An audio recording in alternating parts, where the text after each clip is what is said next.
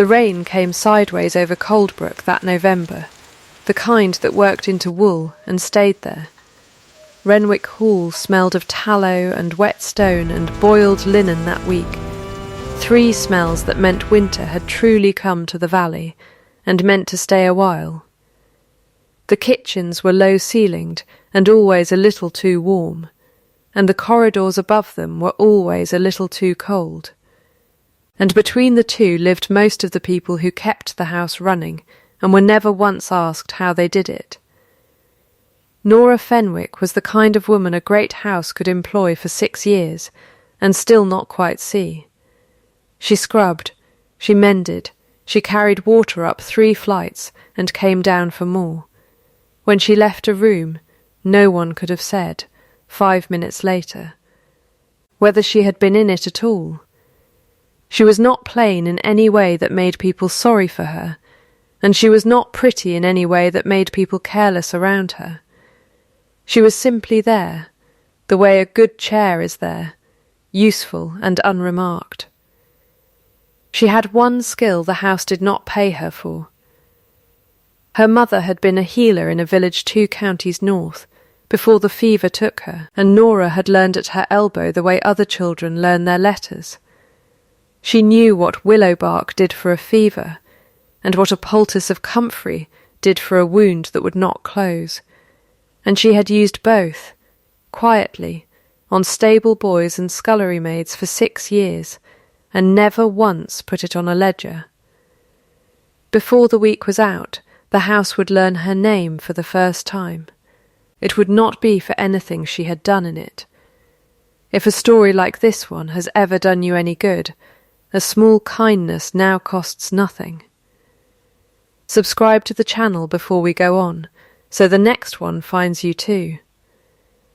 The news came up from the village on a Tuesday, carried by the boy who brought the milk.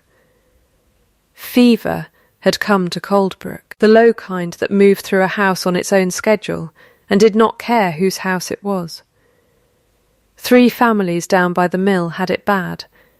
The worst of it was in a cottage belonging to a widow named Cobb, who had buried a husband in the spring and now had 3 children under her own roof, and no coin for a doctor, and no strength left in her own body to nurse them. Norah heard it in the scullery doorway, standing very still with a copper pot in her hands, and she did not say anything at all. That was the first thing anyone might have noticed about her, if anyone had been looking. She did not exclaim. She did not ask a single question. She only set the pot down very carefully, the way a person sets down a thing they intend to come back for, and went on with her work as if she had heard nothing more than the weather report. That night, after the last candle in the servants' hall had gone out, and the house had settled into the particular silence of old stone cooling, Norah rose from her narrow bed, dressed in the dark, and looked once at her daughter. Ivy was 7, and slept the way only children and the innocent sleep, on her back with both fists open. Norah touched her hair once, did not wake her, and went out. She took nothing with her but a shawl, a tin lantern with a crack across one pane that let out a thin blade of light no matter how she turned it, and a cloth bundle of the herbs she had dried herself in August against exactly such a night as this one. She told no one where she was going. She had not been asked to go. No one at Renwick Hall knew the Cobb family existed, and if they had known, no one would have thought it Norah Fenwick's business to walk 2 miles down a frozen road in the dark to see to them. She went anyway. The Duke of Renwick, Julian Marchmont, was riding home late that same night from a magistrate's dinner he had found unbearable, and it was pure chance, or something that only looked like chance, that put him on the Coldbrook road at the hour it did. He saw the light first, a thin, unsteady blade of it bobbing along the hedgerow 1/2 mile ahead, too low and too small to be a proper lantern, and his first thought, unkindly, was of a poacher. he reined in behind a stand of bare elms and watched instead of calling out. That was his own particular flaw, if it was a flaw. He watched before he acted. He had learned, at some cost to himself, that people showed you who they were only in the moments they believed themselves alone, and that everything they showed you afterward, in company, was a kind of performance got up for your benefit. So he sat his horse in the cold, and watched a cloaked figure go into the Cobb cottage, and did not go home. Through the low window, unshuttered because the family owned no proper shutters, he watched a woman he did not recognise kneel by a straw pallet and lay bare hands, no gloves, against a child's forehead.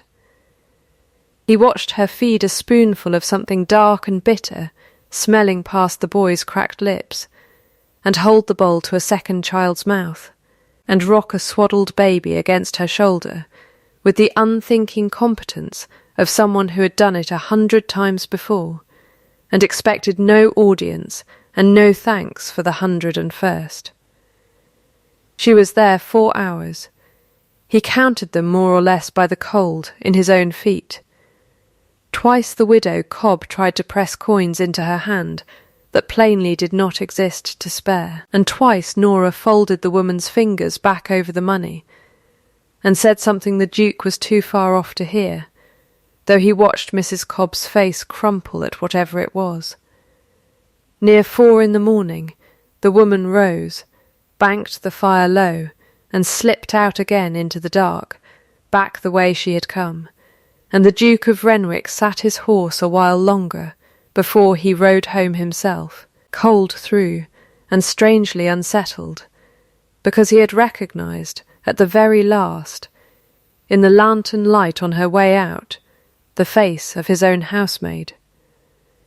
She did not know then that the Duke had seen her. She did not know that he would see her again the next night, and the night after that, from the same stand of elms, because he told himself each time that he meant to go home directly, and each time did not.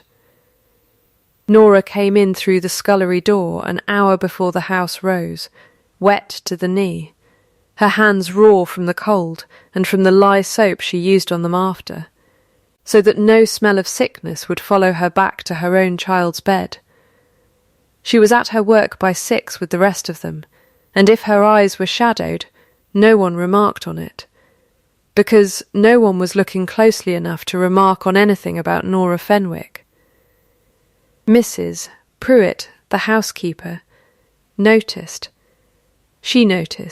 most things, in the way of women who have run a large house for 20 years, and learned that the small signs are the true ones.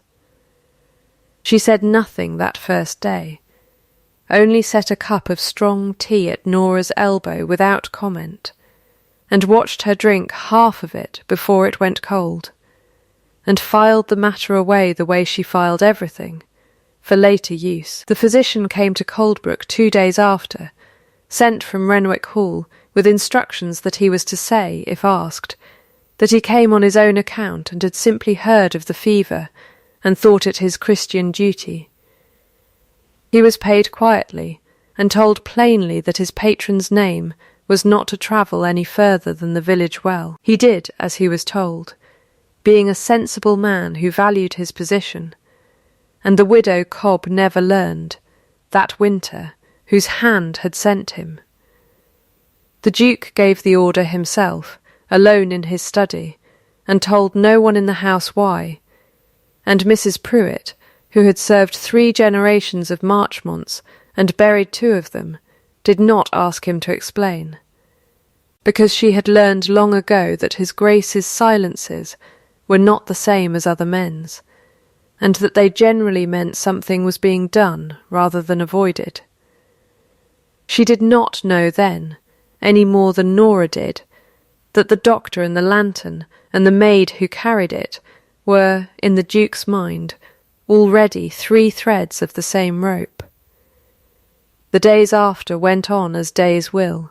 Norah went back to the Cobb cottage on the 2nd night and the 3rd, because a fever does not politely finish itself in one visit, and each time the Duke told himself It was the last time he would trouble to look, and each time he was at the elms before she was, waiting, though he could not have said, if pressed, exactly what he was waiting to see.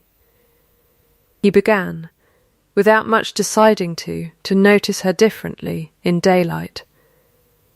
She was easy to overlook in a corridor, quiet-footed, keeping to the wall the way servants were trained to, but he found he no longer overlooked her.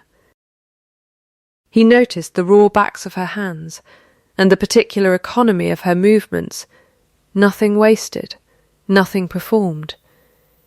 He noticed that she never once, in his hearing, complained of anything. It was Ivy who first drew him into conversation with the household below stairs, in the accidental way children draw grown men into things they had not planned. The Duke came upon her one grey afternoon sitting on the back step, in boots gone through at both toes, trying to teach a one-eyed cat to shake a paw, entirely undeterred by 4 failures in a row. He does not care to, Ivy told him, with the gravity of a much older person delivering bad news. But I think he will, in the end. Mother says most things will, if you are patient and do not shout at them. The Duke looked at the boots a moment longer than was strictly necessary. Your mother sounds a sensible woman. She is the sensiblest, Ivy said. Except she thinks I do not know she goes out at night. I do know. I only do not tell her I know, because I think it would worry her that I worry. He said nothing to that. He filed it away instead, the way Mrs. Prowett filed things, and 2 days later a pair of new boots, the plain, sturdy kind a farmer's child might wear, appeared on the back step with no note attached and no name given, and when Mrs. Prowett was asked who had left them, she said only that a passing pedlar must have mistaken the house, and offered no further theory, and looked, for just a moment, rather pleased with herself for a woman claiming total ignorance. Norah found her daughter in the new boots that evening, and asked her 3 times where they had come from, and Ivy, who had promised the housekeeper she would say only that a kind person had left them, said exactly that and nothing more. And Norah let it go, because there was fever in the village, and mending in her lap, and no time that week to chase a mystery that did not, on its face, threaten anyone. She did not know that the Duke of Renwick had begun, in the smallest and most private way, to keep her. The proximity that grew between them that winter was never anything a housekeeper could have named improper, because it was built entirely of small pretexts. He asked her once to carry an account book to his study rather than send it by a footman, because he wished, he said, to ask a servant's opinion on the household ledger, which was a thing dukes did not generally do, and which made the request memorable precisely because it was strange. She stood before his desk with her hands folded and answered his questions plainly, without the flattery a lesser servant might have reached for.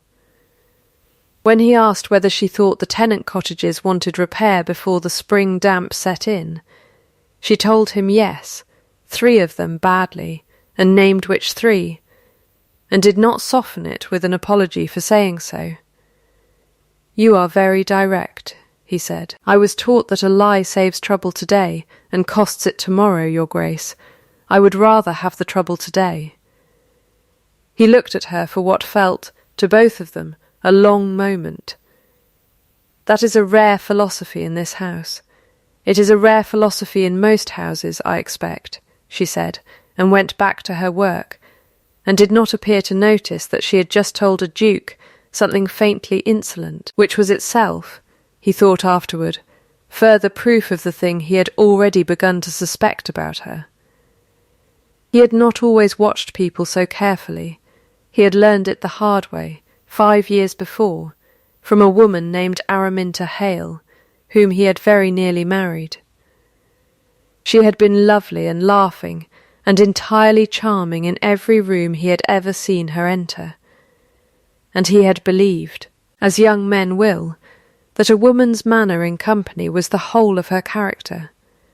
He had learned otherwise one evening in her father's house, arriving early and unannounced, when he came upon her in a back passage striking a chambermaid across the face for a spilled cup of chocolate, in a room she believed held no one whose good opinion mattered.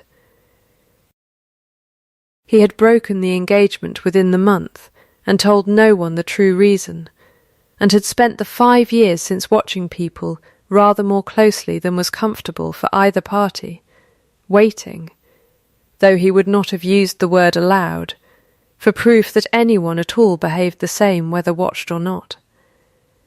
He had begun, that winter, to suspect he had finally found it in the last person in his house anyone would have thought to look. The trouble came, as trouble in such houses generally does, from a relation with too much time and too little occupation. Lady Cordelia Vane was the Duke's cousin on his late mother's side, widowed early and comfortably, and had installed herself at Renwick Hall the previous autumn on the theory, never quite spoken but well understood, that a bachelor duke wanted a lady of quality to manage his household, and in time to be managed into marrying one. She was handsome in the brittle way of women who have been told they are handsome since infancy, and she laughed in 3 practised beats, like a small bell struck 3 times, whenever anything was said that she wished the room to know she found amusing. She had noticed Norah's tiredness before anyone else in the family had, and had drawn from it, with the speed of a woman eager for a scandal that was not her own, exactly the wrong conclusion. She raised it at breakfast, in front of the Duke, in front of Mrs. Prowett, in front of 2 footmen who could not decently leave the room. "I understand the housemaid goes out at night," she said, over her chocolate, to no one in particular. 2, 3 nights a week, I am told, and comes back at all hours with her hair undone. One does wonder what sort of company she keeps, down in that village. One does wonder, indeed, whether that child of hers has quite so respectable a history as the parish register would have us believe. The room went very still.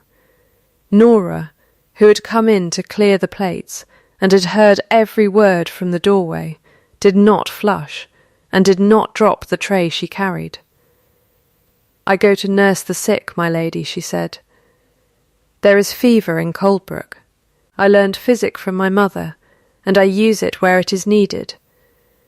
If you wish the particulars, you may ask the widow Cobb, whose children were like to die of it before I came." "How very convenient," Lady Cordelia said, with the 3-beat laugh, "that we have only your word for it." "You have the doctor's word as well, my lady, should you care to send for him." Norah set the tray down, very carefully. "I do not ask to be believed. I only decline to be called a liar over my own breakfast." She curtsied, which she was not obliged to do, and did anyway, precisely because she knew it would gall Lady Cordelia more than its absence would, and left the room, and did not, once she reached the corridor, allow herself to shake. The Duke had said nothing at all during the exchange, which Lady Cordelia took, wrongly, for agreement. "You will speak to her," she said to him, once the door had closed. "A maid who keeps such hours reflects on the whole house." "I will speak to no one," the Duke said, "until I have better evidence than your suspicion, cousin, which so far amounts to nothing at all." He rose from the table. "You would do well to remember that a lady's word is not proof simply because it is a lady's." He did not raise his voice. He did not need to. Lady Cordelia's face went the particular white of a woman who has just understood, without being told outright, that she has overplayed a hand, and she said nothing further that morning, though she did not, either, let the matter drop. Fever does not observe a household's convenience.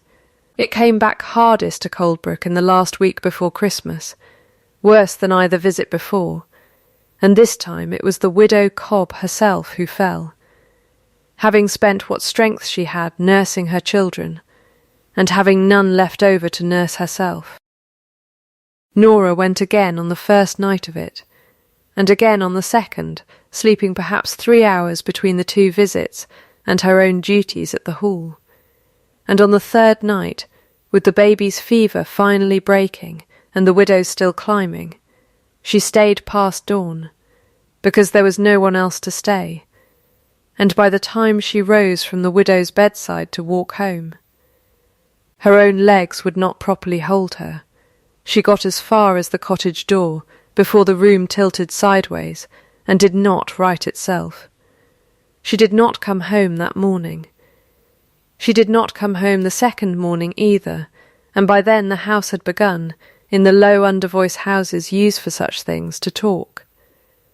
Lady Cordelia did not have to manufacture much, she had only to repeat, gently and with great show of reluctance, what she had already said at breakfast a fortnight before, and let the household do the rest of the arithmetic itself. A woman who kept those hours, who had run off now for 2 full days and left her own child behind her, had very likely run off with someone, and had very likely never meant to explain herself to anyone. Mrs. Pruitt did not believe it for a moment, and said so, and was overruled by her own good sense, which told her that 2 days without word was 2 days without word whatever the explanation, and that she had a house to run and could not go chasing down every servant's private business. She sent word to Coldbrook through the milk boy, asking after Norah Fenwick, and the boy came back the following morning, saying only that no one at the mill knew where she'd got to, which was true, because no one had thought to ask at the widow Cobb's cottage, 3 streets past the mill, and easily missed. By the third day, Ivy had stopped waiting quietly. She had waited the first night, certain her mother would come before she woke. She had waited the second day in the kitchen doorway, refusing her supper, watching the yard gate until Mrs. Pruitt sent her to bed by main force. On the third morning, when Lady Cordelia's maid said, within Ivy's hearing and not by accident, that some mothers simply were not to be relied upon, and it was a mercy the child would learn it young, Ivy did not cry. She went very white and very quiet, and then she went looking for the one person in the house whose word, she had decided, no one below stairs could argue with. She found the Duke in his study, and she did not curtsy, because no one had thought to teach her to, and she stood in the doorway with her chin up and her hands in fists at her sides, the way her mother stood when she meant not to shake. "Your Grace," she said, "my mother has been missing for 3 days. Nobody will look for her. They say she has run off, and she has not, she would never. She would not leave me for anything in the whole world, and I do not know who else to ask, because you are the only person in this house nobody is allowed to argue with." The Duke set down his pen. He had known, of course, exactly where Norah Fenwick was likely to be found, or near enough, and the not knowing precisely was the worst hour he had passed in some years. He looked at the child a long moment, at the fists at her sides and the chin held up against a fear too large for her, and he stood and came round the desk and crouched so that his eyes were level with hers, which was not a thing dukes generally troubled to do for anyone's child, let alone a housemaid's. "She has not run off," he said. "I give you my word on that, and I do not give my word lightly. I believe I know where she is. I am going to fetch her myself this hour, and I am going to bring her home. Will you trust me for that long?" Ivy looked at him. Children know, better than most grown people credit them for, when an answer is being performed and when it is simply true. "Yes," she said, "because you did not say you would send someone. You said you would go." He called for his horse before she had finished the sentence. He rode to Coldbrook faster than the road strictly allowed in the wet, and went first, without pausing to explain himself to anyone, to the widow Cobb's cottage, because it was the one place in the village his own long watching had taught him to look. He found the widow herself sitting up weak but breathing easy, the fever broken at last, and found Norah Fenwick on a pallet by the cold hearth. Burning with the same sickness, she had spent 3 nights driving out of other people's children, too far gone in it to have sent anyone word at all. The widow Cobb, weeping, told him what had happened, or as much of it as she understood, which was that a woman who owed her nothing had come 3 nights running, and had likely saved all 4 of them, and had asked every single time for nothing in return, not even a name to bless in her prayers, and had in the end been laid low herself for the trouble. She would not take a coin, the widow said. Not once. I tried. She folded my hand back over it and said keep it for the children's boots, and went on with her work as though I had said nothing at all. The Duke carried her out himself. He would not let the groom do it. He wrapped her in his own greatcoat, which smelled of horse and leather and cold air, and held her against his chest the whole ride back, feeling her breathe, shallow and quick, against his own collarbone, and did not once, in all that ride, let himself consider what he would do with his life if she did not wake from this. Mrs. Pruitt had the best room aired and a fire built before the horse was even through the gate, because she had seen his face and required no further instruction, and it was there, in a small room warmed past its usual austerity, gold light against dark wood, that Norah Fenwick spent 3 days between waking and not waking, tended by a housekeeper who had quietly loved her for years and never once said so, and by a duke who came in at odd hours and sat by the bed and did not, in front of the staff, say anything that could be repeated. It was in those 3 days that Ivy learned, from Mrs. Pruitt, the whole of what her mother had never told her, and what the Duke had never told anyone. The housekeeper sat the child down with a cup of warm milk, and told her plainly, because she judged the child old enough and frightened enough to be owed the truth entire. The doctor who came at Christmas, to the village. His Grace sent him, and paid him, and told him never to say so. The rent the miller's widow stopped owing, back in October, when everyone thought it forgiven by chance. His Grace forgave it, and asked the steward never to say so. Those boots you are wearing this very moment, that a pedlar is supposed to have left by mistake. There was no pedlar, child. There was only a man who noticed you had none, and would not have it known. Ivy looked down at her boots for a long moment. Why would he not want it known? Because, Mrs., Pruitt said in the dry, patient voice she used for the truly important lessons, a man who does good and wants credit for it is doing it partly for himself. A man who does good and hopes nobody ever finds out is doing it for the good alone. There is a difference, and your mother has spent her whole life on the second sort, without knowing there was another soul in this house doing the very same thing, and neither one of them the wiser about the other, until now. Norah woke fully on the 4th day, weak and thin-voiced but entirely herself, and it was Ivy's face she saw first, and then, behind her daughter, standing very still by the window, with his hands clasped behind his back the way a man stands when he is holding himself in place by main force, the Duke. You went to him, Norah said to Ivy, when she had breath enough for it. You should not have troubled his Grace. I would trouble him again, Ivy said, without a shadow of apology in her. And he came himself. He did not send anyone. He came. Norah looked past her daughter at the Duke, and something in her face, some old habit of asking nothing of anyone, made her begin.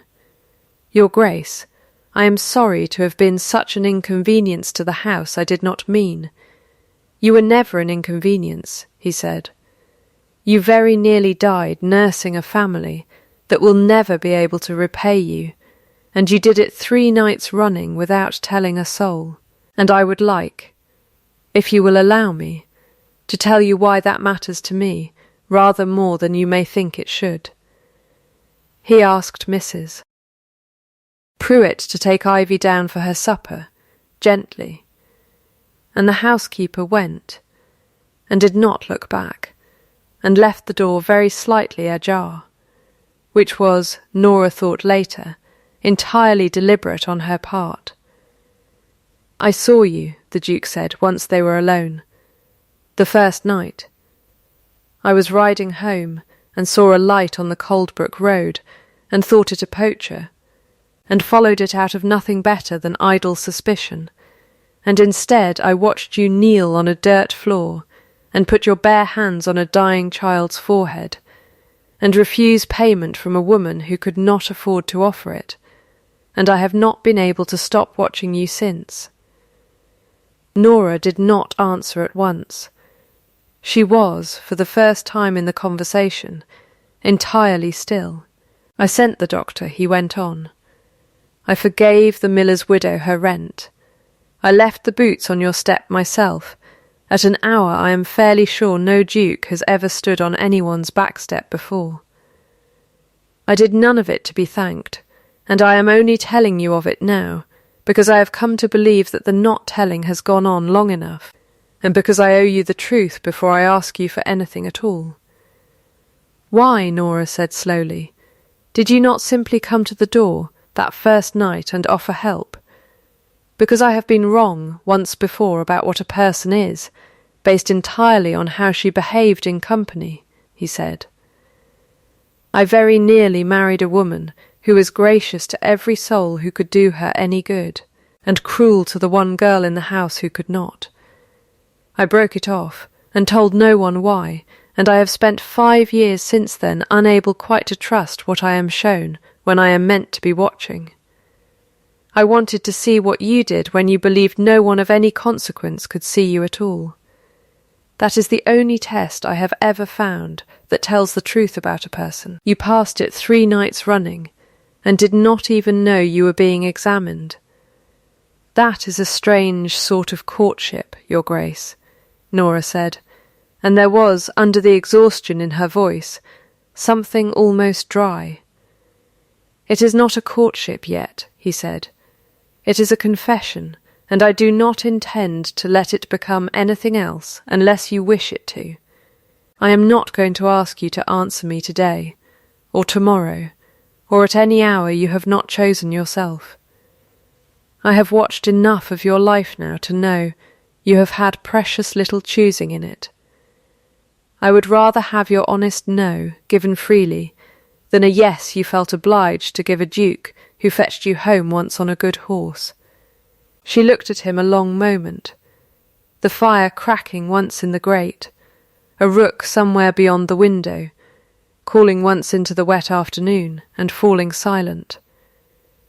I do not know what to say to that, she said. Then say nothing yet, he said. I find I can wait rather longer than I would have guessed, before I met you.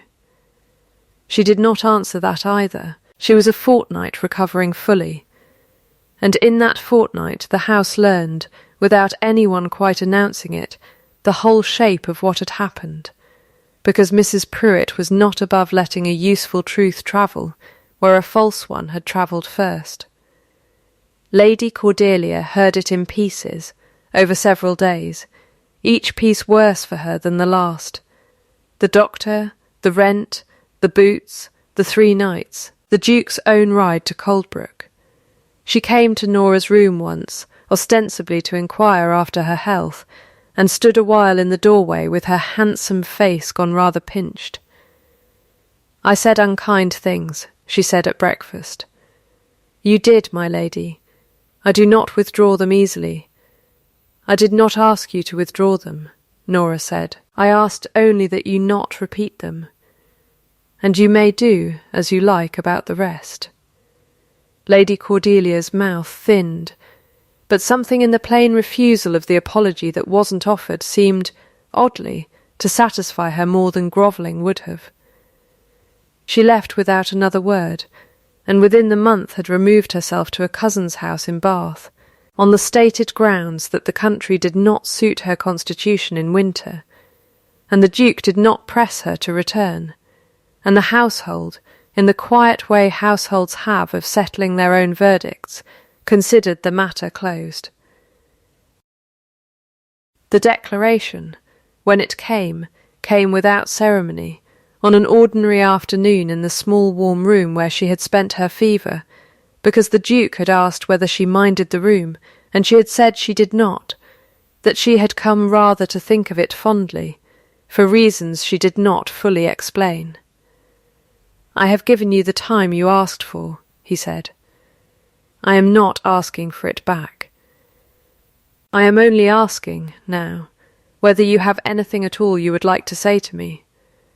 "I have terms," Norah said, "if it is not too forward of a housemaid to have terms with the Duke. I would be disappointed if you did not. I am never to be lied to, not for my comfort, not for anyone's convenience. If a thing is bad, I would rather hear it plain and have it done with." "Granted," he said, "and I will hold you to the very same, since it is the quality in you I have most come to trust. And I keep Ivy exactly as she is, not tucked away, not made ashamed of where she came from. She is not to become a secret kept for anyone's comfort, the way your kindnesses were. She will be the loudest child in this house," the Duke said, "and I intend to enjoy every minute of it." "Then yes," Norah said.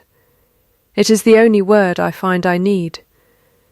He crossed the room and took her hand, and drew the glove from it himself, finger by finger, slowly, as though he meant to memorize the doing of it, and pressed his mouth once to her bare knuckles, where the winter's work had left them red and rough, and did not let go for what felt, to both of them, a very long moment indeed. "Thank you," he said, "for not running when I frightened you with the truth."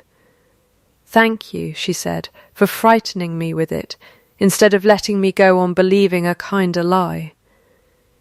The wedding, when it came in the spring, was a small thing by the standards of a duke's house, and grand only because a duke's smallest weddings are still grand to everyone but the two people standing at the front of them. Mrs. Cobb's children stood at the very back of the chapel in new coats no one asked them to explain, and the widow herself wept the whole service through, and Ivy walked in ahead of the bride, carrying nothing but a bunch of coltsfoot she had picked herself, chin up, entirely unafraid of the whole watching-room.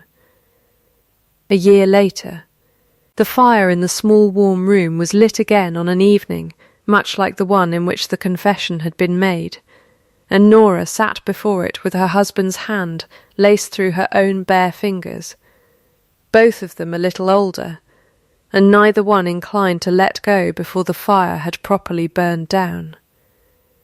Ivy was asleep upstairs, with the one-eyed cat curled at her feet, having finally taught it, that spring, to shake a paw. The widow Cobb kept a small cottage now with a sound roof and a standing arrangement with the Coldbrook doctor that neither party ever discussed in public.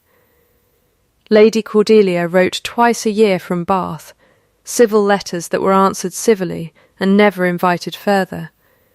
The old tin lantern, cracked pane and all, had been kept rather than thrown out, and hung now inside the front door of Renwick Hall, where it caught the last light every evening, whether anyone lit it or not, because Norah had asked that it stay, as a reminder, she said, of the one night she had gone out believing entirely that no one in the world was watching her at all.